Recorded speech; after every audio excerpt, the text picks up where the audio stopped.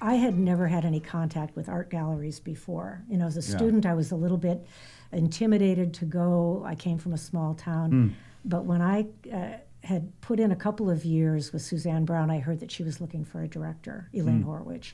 So I was encouraged to go apply. And so you worked for Brown. I worked for Brown for 2 or 3 years. And that's the job you got instead of AT&T. You went to and worked. Absolutely. And at that time, it was called Suzanne Brown Galleries. It just had become Suzanne Brown. And was Ed Mell showing at that point? Ed Mell showed later, but it was Orland Joe when he was he was in his 20s, so really he was just starting out. Joe Baker was there.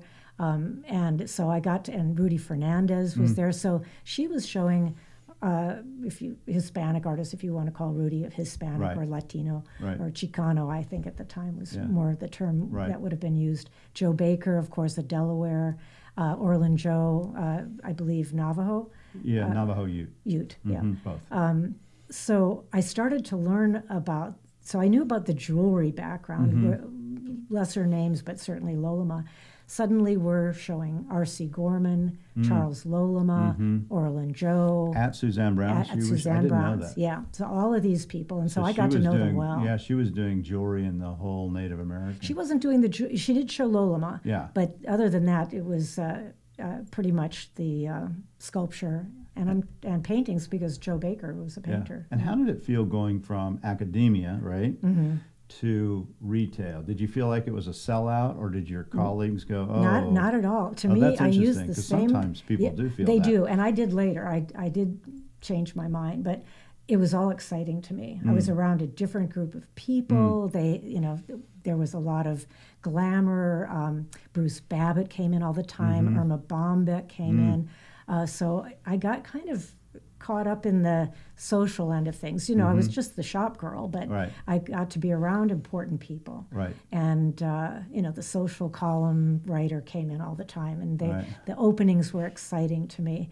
Both at Suzanne's and Elaine's. Elaine's exponentially higher, but so I got interested in that. But, then I got to know R.C. Gorman and how important he was, and Loloma, and Loloma tried to get me to ride in his Rolls Royce with him, and I was 24 years old. And so, did you take the ride? I did not take the ride. I knew better, but he tried. Yeah. But it was a very exciting time. Very exciting time. So basically, I got wrapped up in it. But I used the same techniques that I used in teaching, which is For sales. Treat everybody like it's a critique where you want to encourage the artist. Look for the good. Discuss technique. And that's where I could bring something special to the table, is that I knew more about art history because I had been researching it on my own, and I was truly interested in art of the Southwest. But I could also talk about how an artist made their work. And I could bring out what was best in it instead of critiquing it in a negative way. So I had plenty to talk about. Yeah, it was more educational than sales. Right. Is how you and use the it, truth which be is told, a great both way. Suzanne and Elaine, the way they sold stuff was very simply, you should have one, I have 3. I mean, that was kind of how she always sold. I couldn't do that, so I had to use my own talents. So why did you move from Suzanne Brown to Horowitz? What happened there? I think I always had a quest to be better or to have a new adventure. Right. But I also was in the very early stages of a divorce, and I knew that I needed more money and I needed a bigger project. Right. So I left because I was going from just a gallery assistant to director. And I wanted the Scottsdale. Scottsdale. I wanted both, right. But she said, "Well, we'll try you out in both Scottsdale and here and Santa Fe. She had both by this point. I wanted to be there. The only time I'd ever been to Santa Fe was on my way out west. My boyfriend at the time had gone to school at Turley Forge, the blacksmithing school in Santa Fe, and he wanted me to see Santa Fe. And back then, in the early 70s, it was dirt roads and wonderful little funky cafes to get Canyon Road pozole. would have been just barely paved at that point. Exactly, and he was at Turley Forge, and he lived on Canyon Road in a little mud hut back before it was really developed. Right. So I got to see it in that kind of Context. pristine charm that everybody was so intrigued with. Like in Mexico. It was basically, you probably felt that. And I went, oh my God, what was I thinking? That's where I meant to go, but I didn't know any better. In fact, Tucson was more like Mexico. Oh yeah, still is in my opinion. Yeah, absolutely. But by then it was too late, and I had, was on the fast track to get through school. But anyway, so I started by working in Scottsdale as the director. And what year was this? This was 1980. Okay. So she's really rolling by this time in the Native she's American. She's the big deal. Yeah. And so it was shocking for me and exciting that I was her next director. Yeah, you're the person. Absolutely. And I would go over in the summers and work from right after the Chicago Art Fair, and then work in Santa Fe through till September. So I got out of the heat of the summer of Scottsdale, and then come back, and so I had the best of both worlds. It was a wonderful, wonderful time. And how long did you work with Elaine Horowitz Gallery? I worked till from fall of 1980 until the spring of 1995. So I stayed years after she died. And so name some of the artists that you must have worked with and got to know at that time. I counted, and it was 250 artists, so you can imagine. But the people that I remember, the first person I met was Bill Schenck. And Bill Schenck was, of course, gorgeous and larger than life, as he still is, and he still is gorgeous. Yeah, I'm going to tell them that when I interview him that you thought that. So. Well, I'll never forget my... I was in my 20s and going out with the whole gang, because the group of artists were very much like a cafe society. They went out and partied together and interacted and drank at Trader Vic's and later AZ88 and everything, and Los Olivos. And there was a time or two in the early 80s where I'd wake up and find that I had signed or written a check for the whole table, and I had to learn the hard way, order at the bar and then sit down. And so people like Bill Schenck, who you've now known, 40 years or whatever, was he the same kind of guy that he is now? Driven. Yeah. I've got a picture of him with a telephone in each ear.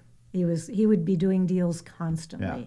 He was a hustler in a good way, in an admirable way. He was always working on sales and commissions and projects. And so I really admired that drive and that passion. I got to know, of course, Mark McDowell. I got to know tangentially, of course, Ed Mell, because he was part of the sushi brothers that would go down to Kyoto to have sushi with with Michael Collier and Randy McCabe. And tell me about that. So the Sushi Brothers. The Sushi Brothers, they would regularly go and have sake and sushi down the street. So they called themselves the Sushi Brothers. Oh, that's funny. And would you go and... Oh, I hung out with all those guys. Mark D'Ambrosi, who did the Arizona Bronze Foundry. He did a lot of their castings. There were a lot of people that were around that I didn't hang with because they weren't partiers, quite frankly, like we all were. But Gary Slater and Lyle London, all these sculptors were people that regularly came into the gallery. Masood Yassami, who was doing airbrushed kind of magic realism with floating spheres and rods in cloudy skies. But it was Merrill Mahaffey. I've got a funny story about Merrill. Tell me, I'll have Merrill on too. Oh, you will? Okay. Yeah, he's one of my I artists. love Merrill, and he showed at Suzanne Brown, and he's one of the people who encouraged me to go for the job at Elaine Horowitz, because he was just leaving for him. Oh, interesting. For her. Yeah. And Beth Ames Swartz was another one who had just left for Elaine. So I knew some of the artists, and they knew I was a hard worker. But back then, it was the height of kind of the party druggy era. Right. And he came to an opening, and he had some white around his nose. And I went, Merrill, be a little discreet. Clean up your nose. And he looked at me funny, and I said, been doing a little of the, and, just assuming because that so many of the others were such bad boys and girls. And he said, I've been airbrushing, Julie. That sounds right for Merrill. Absolutely, just straight arrow. But why I even thought he would do that. It was the 80s. It was the 80s, so it was paint. Yeah, and I went, oh, my bad. I'm so sorry.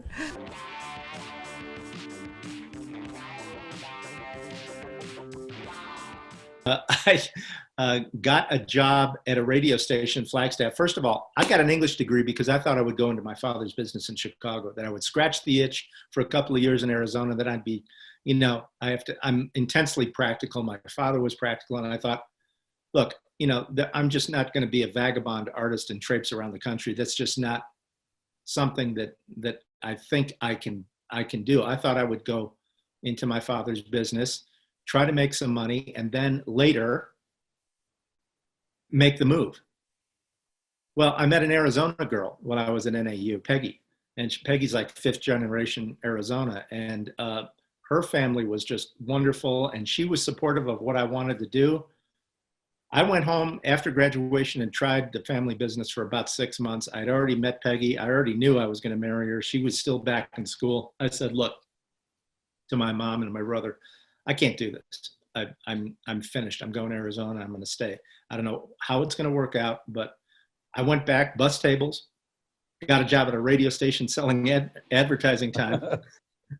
I used to come into the sales meetings with aspen leaves on my back, because when I was out supposed to make sales calls, I was up in the mountains drawing or dreaming, it was just, but through that job, I met people that were connected in Western art, and they wanted to see what I was doing. And they said, man, what are you doing at the radio station? And in 82, I ended up, Peggy and I got married. I quit my regular job and said, I think I'll be an artist. Mark, 15 years later, when things were rolling for me, I thought to myself, I'm going to talk to my in-laws about this, because if I thought, boy, they never said anything to me about that. They never raised any objection. I'll tell you, if my daughter brought home somebody that married and then decided to quit his job and said, I think I'll be an artist, I'd back the guy up against the wall. They never said a thing to me. And I said to them 15 years later, did that make you nervous when I did that? And they said, oh yeah. They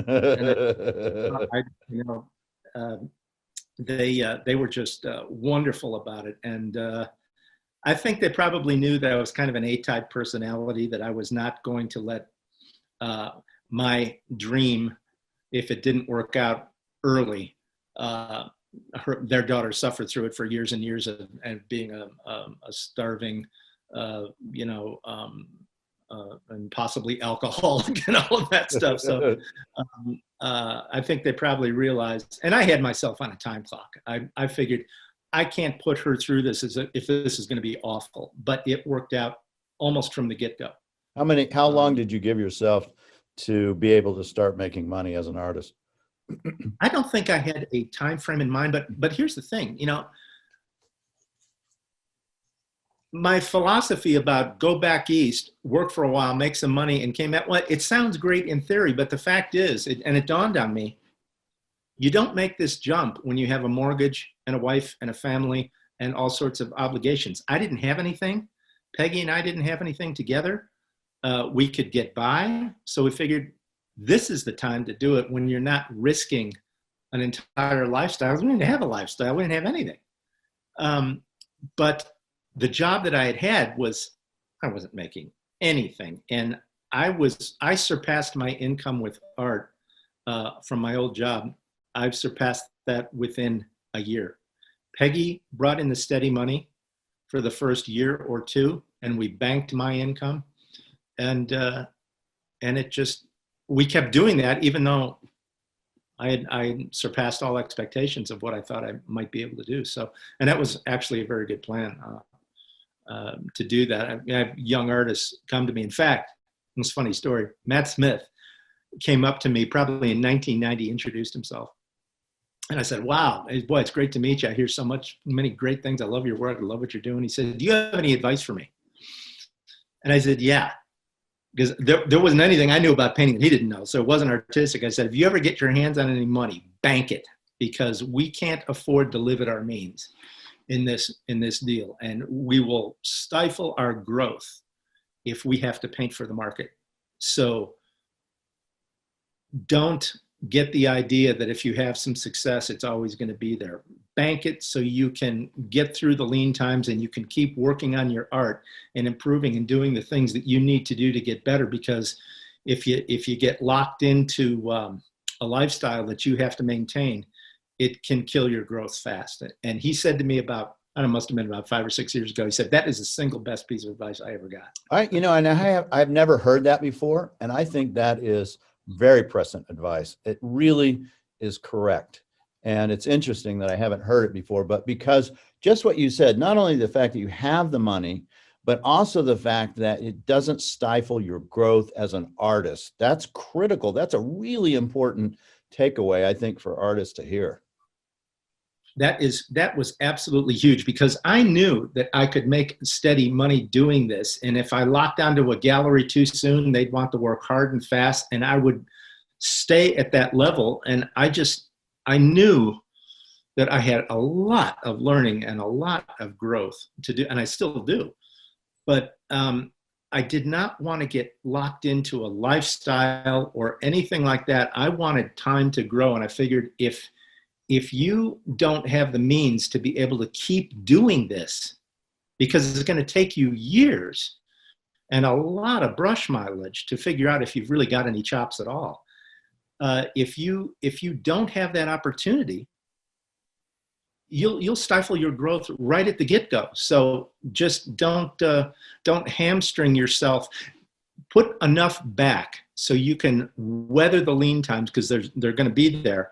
But you don't have to worry about where maybe your next meal is coming from. You can keep working, keep improving, keep growing, instead of having to say, okay, let's see, shrimp boats are selling. Yeah, I'm going to paint shrimp boats, or something like that. You don't want to have to do that if you're very focused on what your subject matter is, what your deficiencies as a painter might be. I was just always that way. I was very workman about it. I remember, early on, I couldn't paint a foreground to save my life. And I figured, well, every painting I do for the next year and a half is going to be about 2/3 foreground. And by the end of that time, I'll bet you I'll know something about painting foregrounds. So I put myself through paces like that. That's how people get better in anything, whether it's sports or any type of learning, is they focus. Repetition, man. Yep. They focus on little small areas and learn how to fail and then get better. And you did that. Exactly. And it shows tremendously, because your foregrounds are, they're outstanding, as is your background. Well, I appreciate it. I just had, nobody should be as lucky and as lucky as I was, or as blessed as I was in this business. I just, right off the bat, I met, I think the first show I ever entered, the biggest Western art collector in the country came up to me and wanted to talk to me. I was like, I didn't even know who he was, but it was Eddie Basha. Uh-huh. And I met Jim Reynolds early on. I didn't even know which end of the brush to hold when I first took Jim's workshop when I was 26 years old. But there was something about probably all that background I had going to the museums as a kid that I knew how to spot the really good stuff from the mediocre stuff. And Reynolds was obviously, and still is, I think, the greatest Western painter there ever was, at least of the contemporaries that I got to actually meet.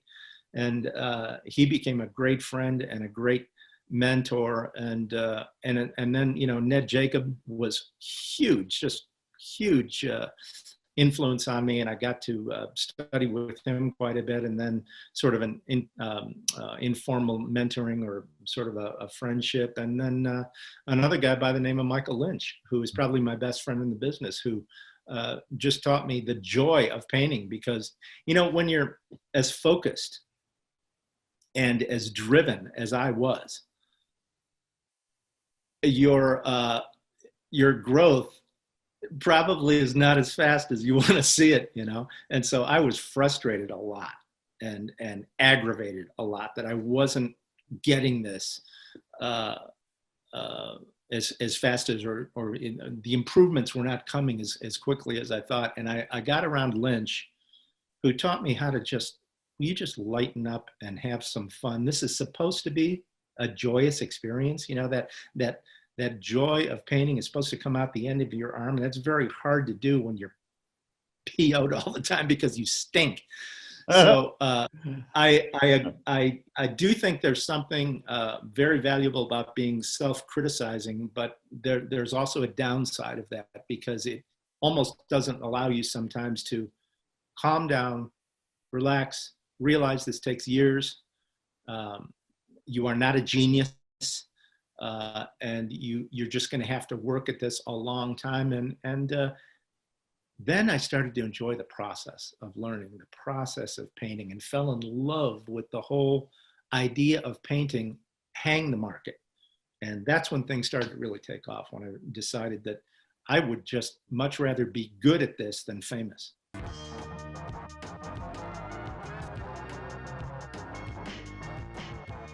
The Hopi have been prolific in making Katsina really since the 90s, 1890s. Mm-hmm. And there are a lot of them out there. Lot being how many would you say? Oh, thousands. Yeah, well, that's a lot. I mean, more than I would have thought. Old man Tawakwaptua alone definitely made Katsina in the thousands. And there's a photo of him in my book that I obtained from somebody out of France from the 30s, in which there's about 30 dolls in the background. Yeah. That he carved. This guy was a prolific carver. But how about the early ones? I'm really thinking more like the 1880s to say 1910. Those are rare, very rare. They're very rare, but they're in places like the Peabody Museum in Cambridge, Mass., or the Hurd, or the Museum of Northern Arizona. If you want to see a bunch of them, you're going to have to gain access to the collections in one of those major southwestern museums. You don't just walk in and see them. Mm-hmm. Usually, you can see a few on display in a broader display of Katsina over 120 years, but there's not a lot of them. Well, of course, the Hurd has, or at least they do have, a huge collection of Katsinas that are exceptional. That are on exhibit, and I've been going there since as long as I can remember. And I use that. I've got to tell you, when I first was trying to figure out these dolls and how to date them and all that, which is very difficult. I think it's one of the most difficult areas in our business. Well, that's interesting you say that, because I only specialize in Katsina, really, and so I don't compare it to other things like rugs or pottery or whatever. I can tell you, I choose not to do that, so it's interesting to hear you say that. Definitely, it's right up there.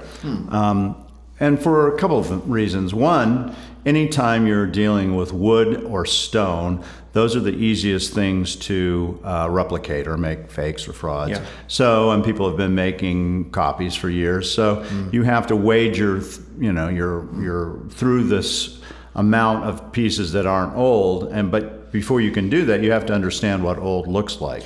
Yeah, there are a lot of fakes, unfortunately, of Katsina, and it's easy to spot them if you have studied them. Yeah, if you're Barry. If you're Buffalo Barry, it's easy. Well, it's not just me, but frankly, it comes down to the ethnographic details on the carvings and whether the kilt or the face or the costume or the body paint is accurate and something that a real Katsina would have. And the people that make the fakes, they haven't done the homework to add those details correctly. So they leap out to you, if you're a specialist, immediately as pathetic fakes. Right. But wrong colors, wrong kilts, wrong Katsina, even if they've carved it nicely and even tried to make the old wear. Yeah, that's right. I see the same thing in like Maynard Dixon drawings. Oh, really? Yeah. Oh, yeah. They'll do a drawing and they'll put it at they'll have a drawing done in, say, Taos, New Mexico, and they'll have it dated in 1940. Well, he wasn't in Taos, New Mexico in 1940. It was 1931. Okay. July 1931 to January 32. So it's all in the details. It's all in the details. Which is why people do need to go to knowledgeable dealers, because we've done the homework over the years. And we can save them costly mistakes. And you guarantee them. That's right. Yeah, that's a big deal. I mean, just yesterday I was meeting at the show in Albuquerque, I was meeting a young man who's a jeweler, and he asked if he could send me pictures of 2 Katsina he bought for $100 each. He said they look old, and they were both fake. Yeah. And he bought them at a flea market, and I said, well, the bad news is these aren't legit, but I said, when I'm in a charitable mood, I call them folk art carvings, but the rest of the time I call them fakes. Yeah. And he said, well, I like the way they look. And I said, fine, but you asked me what they are, and the news isn't good. Yeah. But so let's go back a little. Yeah. So you're working in the mental health field. Right. And so when did you started collecting these at about 92, is that? No. Or even earlier? You started Yeah. getting in the field, I know. You started writing in the field about that time, Yeah. right? Well, there was a link between the two realms of my head, which is I went to a suicide conference in San Diego in '86, something like that. And I went to the Old Town, and I went to a store that sold Indian art, and I bought my first Katsina doll, which turned out to be a Navajo fake. When I eventually, Congratulations. So a friend of mine calls them. Hope you still have it. I don't. I got rid of it. And anyway, a friend of mine calls them tuition payments. Yeah. All right, Yeah. those kind of mistakes. So fair enough. I made a mistake, but I bought something more important along with the fake doll. I bought a book by Barton Wright called "The Complete Guide to Collecting Katsina Dolls." And on the plane back, I read it and became fascinated and said, I want to go to that place. So within 6 months, I'd gone to the reservation, and that would have been '88, and I've been going ever since. So early on, I bought Katsina carvings as a collector, and then, as often happens with us, hey, wait a minute, I don't want to pay full price for these things, and I have some bizarre passion for them that I can't even fully explain. And so I became a dealer, and I would do really naive things early on. I would claim I was a dealer and try to buy one item and expect a discount. And that didn't go over so well with the galleries on Hopi or other places. I eventually learned I had to kind of step up and buy a few if I wanted to have some sort of a dealer discount. And what do you think that was in '86 that tripped your switch when you were reading about this? Because there's something clearly that did. Well, some of it was really basic. I liked the primary colors, but what I really liked was they were spirit beings. And that's what moved me. And as I read about the religion and realized, despite all the aversiveness that Native people had experienced, here was a religious tradition still in place 1,000 years. And they're still doing the dances in the villages. Yeah, And tell you us can- a little bit about that for people who might not know what the Kachinas are all about at Hopi. Sure. Well, the Katsina religion goes back 1,000 years. And it runs from generally around January through late July. And Katsina has 3 names or connotations. The Hopi believe the Katsina spirits are ineffable and invisible, and that they sponsor the Hopi people. They bring rain, and rain is really important on Hopi because they only get about 9 inches a year. And they also teach the Hopi how to behave and how to interact with each other and what to do and what not to do. And they also facilitate fertility in terms of the Hopi people prospering and having beloved children. So that's the first meaning, the ineffable spirits. The dancers who appear in the underground chambers known as kivas, or in the outdoor plazas during warmer months, the dancers embody the spirits, and the wood carvings represent the dancers. So you have a 3-tiered system of spirits, dancers, and carvings. And what fascinated me about that was the complexity of the religion, and I just, for some unconscious reason, was drawn to the visual appearances of these wood carvings. And so in those so the dolls that are made, Yes. who gets the dolls? Yeah. The Hopi tradition is that all Hopi infants receive one doll, usually Hahaiwuti, the grandmother Katsina. Males only get that one. That's it. And from that, afterwards, it dances given out by the very Katsinas themselves who are there providing the performance. After that, only girls get Katsinam until they reach puberty.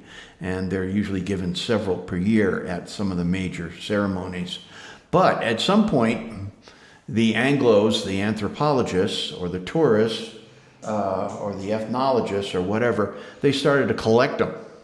Because back then the belief was, from Edward Curtis all over the place, it's a dying race. They're all going to be gone. Let's collect these interesting artifacts so we have a record of their past existence. Well, it turned out, thank God, that they were wrong and that the Hopi didn't disappear.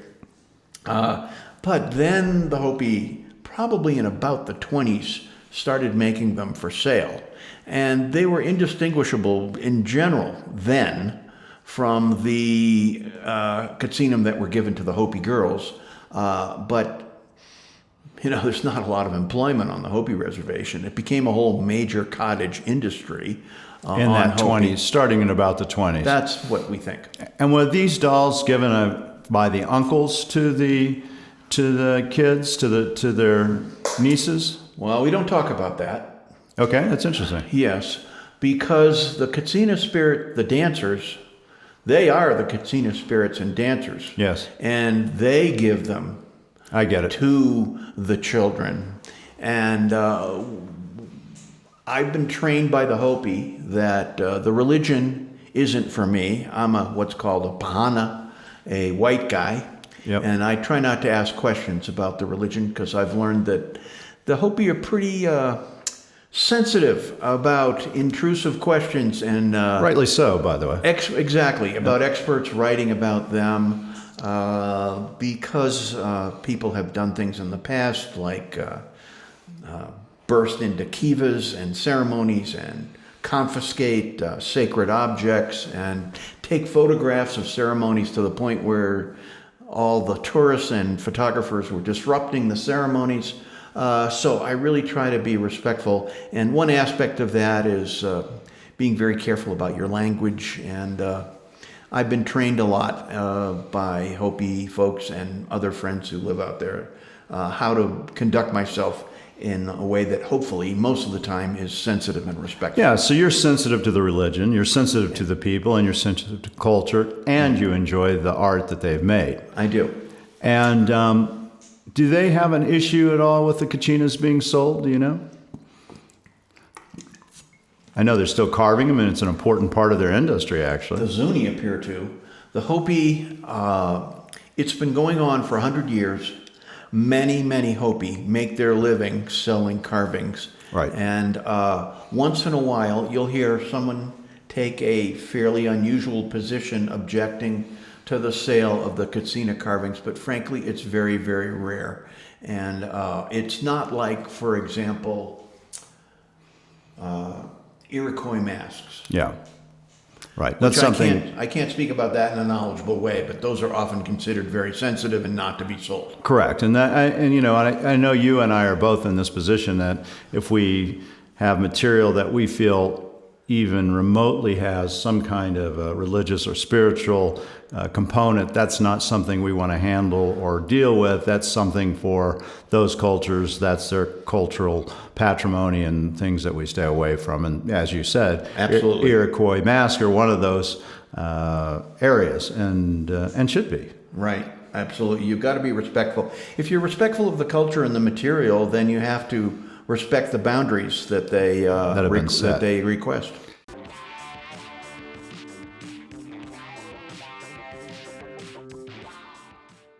My first experience in the U.S. was flying into the U.S. was when I got hooked into the aerial perspectives, because doing urban planning is nobody does that anymore. But when I was studying architecture, I started architecture school in 1983. There were no computers; everything was done by hand. So when we were doing topography, we did literally hundreds of drawings, large, as big as a stable, drawings of topography. So we're looking at all the terrain and trying to understand the geometry, three-dimensional geometry of the land, and so it's something that I was mulling for years, and then I come in, this guy's doing that. And it's like a good fit, and You said, couldn't "Oh have, my God." I couldn't have designed this. Right? And did you get to work with him directly, or just primarily take courses with Wayne Thiebaud? Well, taking courses is what you did. Yeah. Yeah. That was working. Right. I've met him a few times, but what kind of guy is he? Oh, he's a very thoughtful guy, and Seems to be. Yeah, very thoughtful, and takes what we do very seriously. One of the things that I remember of spending time with him is how serious he was, and how much he wanted to impart that seriousness to his students in terms of the fact that you are a painter, you're a professional. You're not to be don't let yourself think in terms like people sometimes think of artists that Right. they're flakes, that they're just doing this because it's really fun, and only wish I could do it too because it's so much fun. Well, the fact of the matter is, this is I'm paraphrasing this knowledge that he was trying to impart in us. The fact of the matter is, you are as valid as a professional as the doctor and the lawyer, Of course. and any other profession. You have a role to play in society, and if you don't take yourself seriously, nobody will. So you better start now realizing that you are as valid a professional as anybody else. And did that wake you up when you heard that? Well, that was again in line with what I thought, because Yeah, I really detest being called an artist. I don't like that. I'm a painter, and art sometimes is a result of my efforts. But a painter is what I am. I'm a professional. I work all day, and I've got this thing that I want to accomplish. I'm building this this body of work as a professional, and so that's how I always felt. And so he sort of substantiated that that way of thinking for me. That's interesting, because when I hear the word artist, I put that synonymous with painter, but you clearly do not. Well, no. I think it's entirely beside the point. Art is what I aim at, but not what I am. If when things come together, it's a complicated concept, right? To talk about art, what's the meaning of it? What's supposed to be an artist? Well, you can go all kinds of ways, and I don't want to muddle the waters. So I'm a painter. I paint pictures, and I try to impart all my abilities, all my insights into this reflection of myself as a mirror and a filter of my visual reality and my societal experience. So I'm a filter, right? And the more I work, the better I'll be able to grind my lenses and have a better, a more crystalline reflection of my visual experience, which is by definition unique, since all the synapses, all the things that are going on inside of me cannot be going on inside anybody else. So if I can really sharpen up these lenses, then I will provide a service that's honest and it's true, which is how the world is seen through myself as this semi-opaque. Your emotional medium. lens. Yeah, right. Yeah. And do you feel that in every painting that when it comes out? Well, that's always the goal. Yeah, and sometimes it's not all paintings are as successful as others. You're always looking for that spark that is intangible, that cannot be predicted. That's going to make a difference. It's going to spark it. But you got to be prepared to see it, because that's the trick of that's what takes a lifetime in painting, is to be able to see things when they're there, Right. And to see them coming when they're about to come. It's really hard to predict that tree is going to do what it does, like that one in the middle there. Yes. Before it happens. But you're playing, you're walking the tightrope. You're there's no net, and it can turn out or not. Wayne Thiebaud, as successful as he is, he torches like a third of more of what he does. Scrapes them? Oh yeah, Yeah. He rips them and he destroys them. And, Not even scrapes. He actually he destroys. Yeah, What he about doesn't you? want to have any chance. He doesn't have any chance of it surviving. Besmirching his legacy. Right. No, I understand that. Yeah, sure. I've seen a lot of artists but do the that. point is, he takes that very seriously. He knows that not everything's successful. However good he's gotten at what he does, he still knows that for you to continue to grow, because if you stop growing, you shrink, right? You stagnate. So for you to continue to grow, you have to continue to reject what you're doing. It's the old thing. Your ambition is here, your skill set is here. If that distance is too close, then there's a problem with ambition. If it's too distant, then you're not going to reach it, and You have a problem with skill. you're going to or burn out. ambition. Yeah. Yeah. So. And for those who don't know, Wayne Thiebaud's paintings can sell for millions of dollars. Oh. So certainly. somebody to scrape or destroy a Yeah, painting, it's a serious business. that's making a statement. Right. Absolutely. And I think it's true for any artist, whether it's $1 million or if it's 500. Right, because ultimately a day that he spends painting is a day that I spend painting, is a day in our lives that is being applied to that. Yeah. And that's the asset that we have, is time. That's That's it. right. That is our only asset. That's the only thing we got. So what you choose to do with it, of course, the fact that you're destroying something that was the consequence of a 24-hour effort is not to say that you wasted that, because it's not. No, you're learning. It's Hopefully. what you had to do. Yeah. And what is it that usually makes you go, no, this is not going to get out? Well, it's just as ineffable as the success, but you know when it's there. And sometimes things just, they just collapse. And, when you work too hard on something, it looks labored. When it looks labored, it's tiring to look at, right? Yeah. So that is something that's an easier one to spot. So when it looks labored, it's painful to look at. Yes. Because it takes more work to look at it. So that right there is an easy one to spot. Can you pick the ones that really are successful? Well, or does it take someone else, like me or a collector or someone or your wife or someone going, that one really worked? It depends on your definition of success. And if successful, you mean like personal success? Yes. Then absolutely. To try to predict what's going to be successful outside of Commercially, no, it can't. Sometimes you can. Sometimes you bet on something, and sometimes you're surprised by the outcome. But I try not to do that. It's something that you do when you begin because you're eager to to make get a sale things too, right. yeah. Make a sale because you need to buy supplies to continue doing it. Yeah. But it gets to a point where you have to have enough confidence in the outcome of your efforts, but it has to be a confidence that's born of experience. And when you reach that point, when you have that confidence that's born of labor and failure and accomplishment, then you can say, okay, I don't have to worry about anything else. I just focus on making sure that this is a successful, independent visual statement on its own, but also is it's a part of the thread that's behind, and it's going to lead me to the next thing.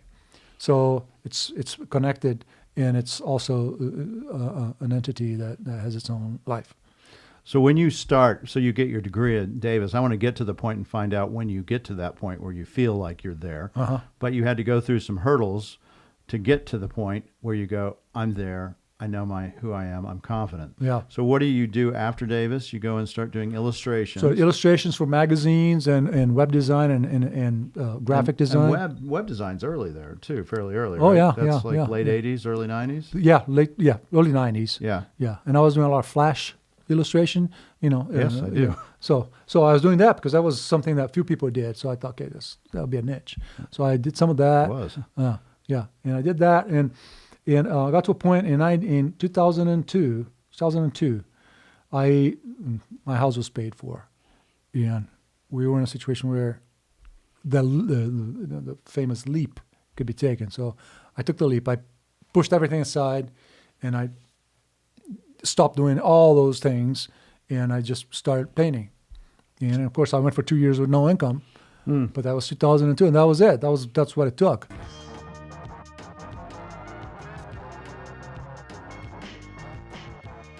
Part of what I loved about New Mexico is, you drive down these roads and you see like an old homestead and it's abandoned. And it's like, at one time it wasn't, and there was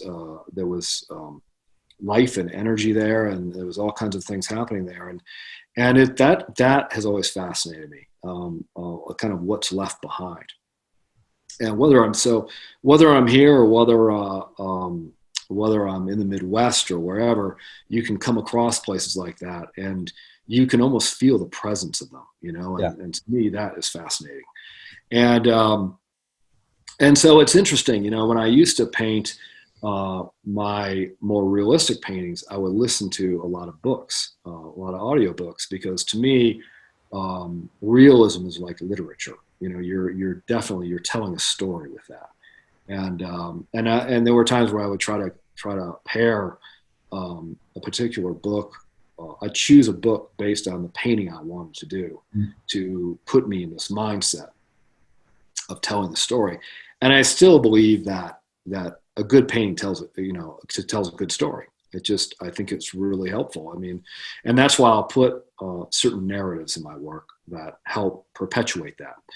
And now, so I always looked at as realism as like literature, and then as modern art, it's like music. And especially when you think about like a Jackson Pollock painting, it's like jazz. It's just utter chaos. It's unstructured. It's just, it's just, and so, I obviously I'm not painting like Jackson Pollock, but I think there's an in between there where you can do a little bit of both. And so that's where, that's really what I wanted to capture with my work, and also I think that to capture the emotional presence makes all the difference in the world. I've always loved, Andrew Wyeth's work, and the mood and the emotion that was in that work was the strongest part of it, and he had said, I was reading, I've read a few books on his work, and he was like, said something like, I'm not quoting here, but it was like, he knows 10 other artists with a surer hand than himself, like that are better realists, but what his work has is that mood. And that's so true. It has this, and to me, it was always a little bit of the darkness, but I liked that, and I always found that fascinating, that he could interject that in there and you'd know it. Yeah, the isolationism that he sees, and the lone woman looking over longingly, who we don't know the story, and the backstory really is she had, I think, polio, and it was hard for her to get around. Yeah. Yep. She dragged herself around. Christine. Yeah. Christine. And so to me, it's like, I think, being able to put that emotional content into a painting is one of the most important parts of it, because then you can really, you create that kind of unknown, that intrinsic value of it, And these paintings, I assume, must take a lot of effort time-wise. They look like it just, I haven't watched you paint yet, but I do plan on doing that at some point. Yeah.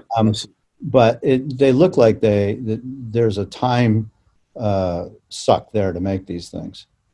There is, definitely. Even from, I'll take a couple of days before I start a cycle of work. And some of that is determined. Maybe I'll have a few different shows coming up, and I'm like, okay, I need to get in this headspace of like, okay, I'm going to design a dozen paintings. So I'll take a couple of days and just design paintings. And I try to do that so that I'm not constantly repeating myself, because when you work from your head, that's the tendency you have, is to repeat yourself. So I want to make sure that I'm always introducing new subjects and new compositions and that kind of thing. So then I'll start to, lay the paintings out, and I'll go through. So I'll draw it out in just a small sketchbook, and then I'll draw out the painting full size. Excuse me. And, so I can kind of double check myself, double check my perspective and my foreshortening, and because there is an element of realism still in my work. And then I'll draw it out full size in a panel, and I'll usually draw, 5 or 6 paintings. And like right now, I'm working on 3 different ones. And then I will kind of choose the one I feel connecting with energetically the most. Like the cactus painting I just finished for you, that's something I drew out, a couple of months ago. And I'm like, is there enough of a narrative here? And I love that painting, by the way. Thank you so much. And it was like, and actually, my significant other, her Angela, she really said, this is the painting you need to do first. And sometimes I want to put a very obvious narrative in there, and that one really didn't have one. But it was just about, I love the shapes of the desert, especially in Arizona, that geometric shapes of the landscape that you see just naturally occurring. And I love cactus and kind of getting all the different plant life in there that I'm so drawn to in that part of the country, and just having it about that, and just, so I'll pick a painting like that and just gradually start to paint from my furthest distance, which is the sky, to my foreground, which is just the way I've always painted. And I paint them flat, and there'll be 40 or 50 layers of paint on that. I mean, there's a noticeable weight difference in the panel when I'm done with it. Mm. And even though you don't see a tremendous amount of texture in there, there's all those subliminal layers of I can paint see it. underneath. I can see Yeah. it. Yeah, and that's really what, and some of that is like, I've tried to do them quicker and to develop, a faster style, but it just never really works. It's like, every painting is a self-portrait. So you no matter what you're doing. And so that is just simply the way I paint, it's just, you're just designed to do that one thing. And so, they just end up taking as long as they take. And that one, I probably spent, about 10 days on it. And I could have probably done it in 6 days if I would have just worked, 10 or 12-hour days on it. And just depending on what, I feel energetically, but that one ended up taking about 10 days. Yeah, and that explains why you don't want to do big ones. Well, I know. And that one is actually, it's a 24 by 18, so it's kind of one of my medium ones. But I'll do larger paintings. But yeah, if I do a 30 by 40, I could spend 5 weeks on it. And I need to do larger paintings. I really do. And usually when I'll do a larger painting like that, I'll maybe take a couple of days away from it and just work on a smaller painting. It's funny. I'm always a fan of getting the biggest work of an artist, and I'll tell you why. Because when I get to sell a major work, I know the effort that went into it, and I know that there's only so many of these in your life that you're going to be able to do, right? There's just a limited amount that you can actually do in a life. And I get that sense when I have one of these major paintings that this is one of the great ones of this artist that he ever did or she did. And it gives me a thrill, quite frankly, to be able to be the person that gets to place that painting. So feel free to give me the big ones. I'm happy to have them. I will, just based on that statement, because so many people in the art business, or I shouldn't say so many, some people are like, it's just simply, we just need another sale for today. And it's like, that is not how an artist wants their work to be treated. I mean, because every one of them, I give it 100% on, I'm working on 9 by 12 right now, but I'm going to give it everything I have. And so when I try to make each one better than the last, it's like, this isn't the masterpiece yet, and you have to do that. Otherwise you become complacent and you're just going to kind of churn out kind of the same thing over and over again. Yeah. And that is not what I want to see happen. I mean, that's not where I'm going to take my art. Yeah. And that's the struggle. I was having dinner. This was a couple of years ago, but I was having dinner with some collectors, and he's a financial guy from Texas, and he's like, so how many paintings you paint a year? And I told him, he's like, that's a problem because you have a cap to your income. And I was like, well, it's not necessarily. I said, you're right. But it's, I didn't get into the whole theory of basing that, my prices will continue to increase. But I had to explain to him that, it's not always about how much money you're going to make. And although that is a factor, I gotta sell one to paint the next one. But the most important thing is creating something that I think is really exceptional. And that's the most important thing. So when you talk about, you want to sell the monumental ones because you know what went into it, there's not a lot of people that look at it that way, Oh, man, I do. I get chills when I see one of those. Yeah. Literally get chills. I know how much time and effort, and this is like one of just a few that they may get to do in their lifetime. Yeah. And, and to me, that's like an honor to be able to handle one of those pieces. Yeah. So, yeah. So give me the big ones. I'm happy. I'll take every one of them. Thank you. Yeah. I will do that. And it's like, it's so good to hear that because it's got to be more than just about making a buck. Oh, it yeah. Really does. I wouldn't be doing this if it was just for money. I could have done a lot of other things. I could have stayed in medicine if I wanted to. Yeah, there's got to be more about, and I think all artists are pretty, within most artists, I won't say all, but most artists, I think, they know that this is not how they get rich. They do this, they can, just like you said, I can only do what I can do. You're right. It's time limited, but this is what I do. And I'm going to make as many as I can make. And, but I want them all to be good, and the great artists do that. They always make them, each one, they want to be great, whether it's a little 10-14 or a 10 feet by 14. They want it to be something that resonates forever, hopefully. Right.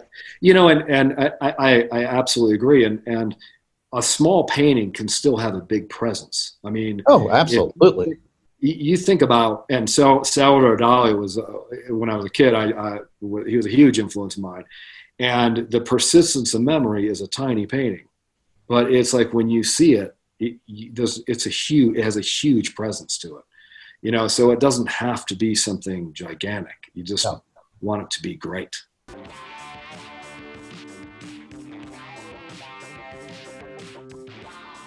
At that time, it was the Indian Health Service was running the program. It became a division of the United States Public Health Service at some point.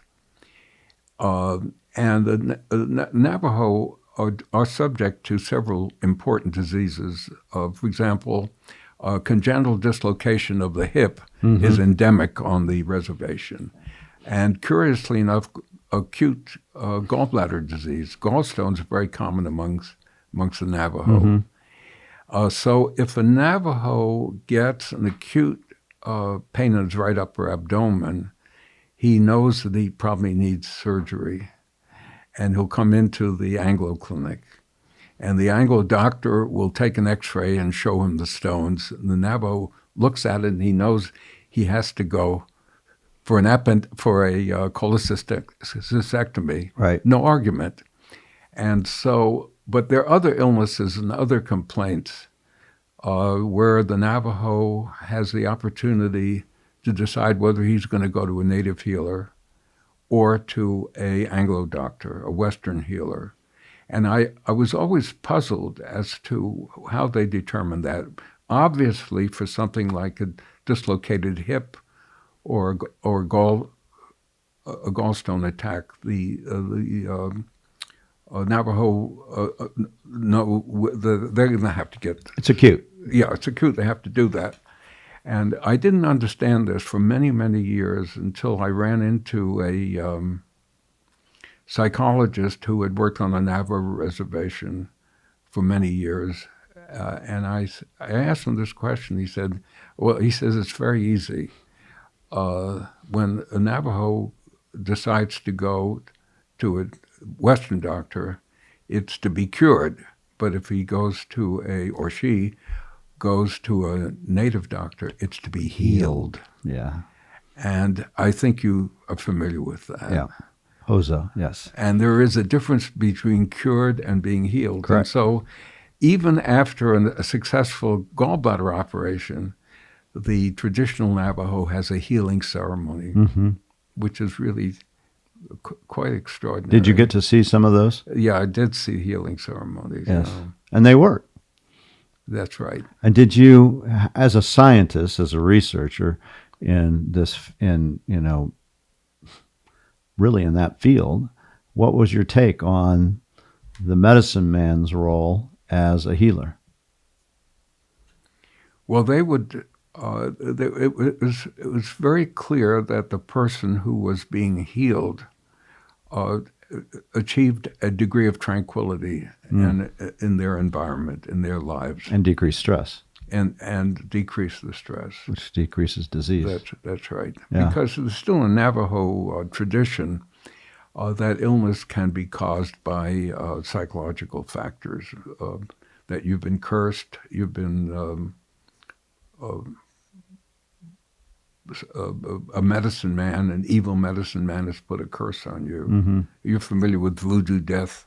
Voodoo death? Yeah, do you know about that? I don't think so. The term was introduced by William Cannon, who is professor of physiology at Harvard, and is the one who's most famous for the adrenaline response to stress. That part I know. And he had reviewed that literature and had discovered that certainly in African tribes, that a person can die of the belief that they have been doomed to die by a curse. And the patients will die, and they call that voodoo death. And are you familiar with this acute broken heart syndrome? Yes, that I am. Japanese, yeah, which is real. And that is where someone who is suddenly exposed to an extraordinary stress, the death of a loved one's will go into acute heart failure. Yes. And there's new research on that. I have just seen that, published actually. Yeah. I still follow all little things. I can't help myself. Yeah, adrenaline can produce acute heart failure. Yeah. So what was the Navajo reservation like in the 56, 57? Well, there were almost no paved roads, first of all. Yes. Yeah, in fact, how did you get to many farms? That was, we drove from St. Louis. Yeah. And that was great. And Actually, one time coming back from the Navajo reservation, we had an anthropologist on the staff, right. a man by the name of John Adair, a marvelous yeah, expert. I know he wrote a book on jewelry. That's right. That's exactly right. So John Adair was with you? Yeah, John Adair was with us. Yeah. Well, there's something I didn't know. No, John Adair was with us. As a matter of fact, there's a joke. John Adair had, and his colleagues had given in their study populations, every Navajo was not called, in their studies, was given a number. And the joke was that a Navajo might introduce himself, well, I'm number 32, which is 32 in that study. But anyway, so John Adair was with us and was helping in dealing with illness amongst Navajo. That was, I forgot to mention that. Yeah, and that was during 56, 57? That's right. And was he also still doing research on arts and crafts and things, jewelry? I mean, his jewelry books are some of the earliest. What was he like? Great guy, great guy. And so he said, I'm going to route you back. You should go back to St. Louis by way of Boulder, Utah. Have you ever been to Boulder, Utah? Mm-hmm. It had a trail. It didn't have a road into it until 1937. And now there's a highway that goes up through the Boulder. And so it goes over Boulder Mountain. It's really absolutely fabulous. It's in the southern part, eastern, southeastern corner of the states. Yeah. And the Navajos at that time, Dene, as we really should probably refer to them, but they were still dressing traditionally. That's right. The old guys were wearing those funny hats. You remember them? Mm-hmm. And the women, by and large, were wearing velveteen dresses, and necklaces, squash necklaces. It was really some of that hasn't changed, by the way. Yeah. And have you gone back up to the res? Yeah, I went up to the reservation 2 years ago to. I want to see what had happened. There's a new hospital in Chinle. Yes, that's right. And I wanted to see what was going on. How is the hospital? I didn't go in it, but I've read about it, and they apparently have built a room for native healing practices, and I don't know how well that's working out. But that's the end of my project. I learned only a few years ago that I may be the last or the next to the last Anglo connected with that Many Farms project. Everyone else has died. And I said, wow, I would love to see what the end stage of, because the sad part of our project, it was a 3 or 4 year project, and it was designed to control the epidemic of dysentery and tuberculosis, which was raging on the reservation. And the Cornell project basically was trying to train a cadre of native medical corpsmen, first level people to help deliver care, because there weren't enough doctors. And so we one of our main jobs was not just to deliver care, but to find out how to control infectious disease on the reservation, and to train health workers of native Navajos who would then identify illness and treat people in their homes. And so we recruited a population of people who had recovered successfully from tuberculosis themselves. were familiar with Western medicine. That was our teaching group. That's the group we wanted to get a hold of. And that whole story was written up in a retrospective article by Kurt Duschel and Walsh McDermott in Science magazine. And the sad thing is that it had no effect on the incidence of disease. You mean as far as having the native trainers that were in there? That's right. It didn't. It was in terms of an experiment. It turns out to be a failure. But did they do the entire Navajo Nation, or did they just do the many farms area? It was largely the many farms area. I mean, because it's a huge area. That's right. I mean, if you don't have those people everywhere. But even in their catchment area, it didn't help. And the reason, and the important reason, was that the diseases that we were fighting are diseases that are related to the living on the reservation. Yeah, contact. The Hogan breeds illness, contaminated water, because most Navajos did not have access to good water. Which they still don't. And still don't. Poor sanitation. And the Hogan was because they had a small house and everyone had to live in one room. It wasn't the Hogan itself. It was really the close quarters of a family of 6 living in one That's right. room. So that we realized, you probably anticipated, that the most important thing were the public health measures, were not doctor issues, healing doctor issues. They were just improving the environment, the health, and the nutrition, because at that time, most of the Navajo reservation was what's called a food desert. Some of it still is, I think. And still is. The lack of fresh food, the high incidence of diabetes, partly due to the bad high sugar content of the food that's being sold.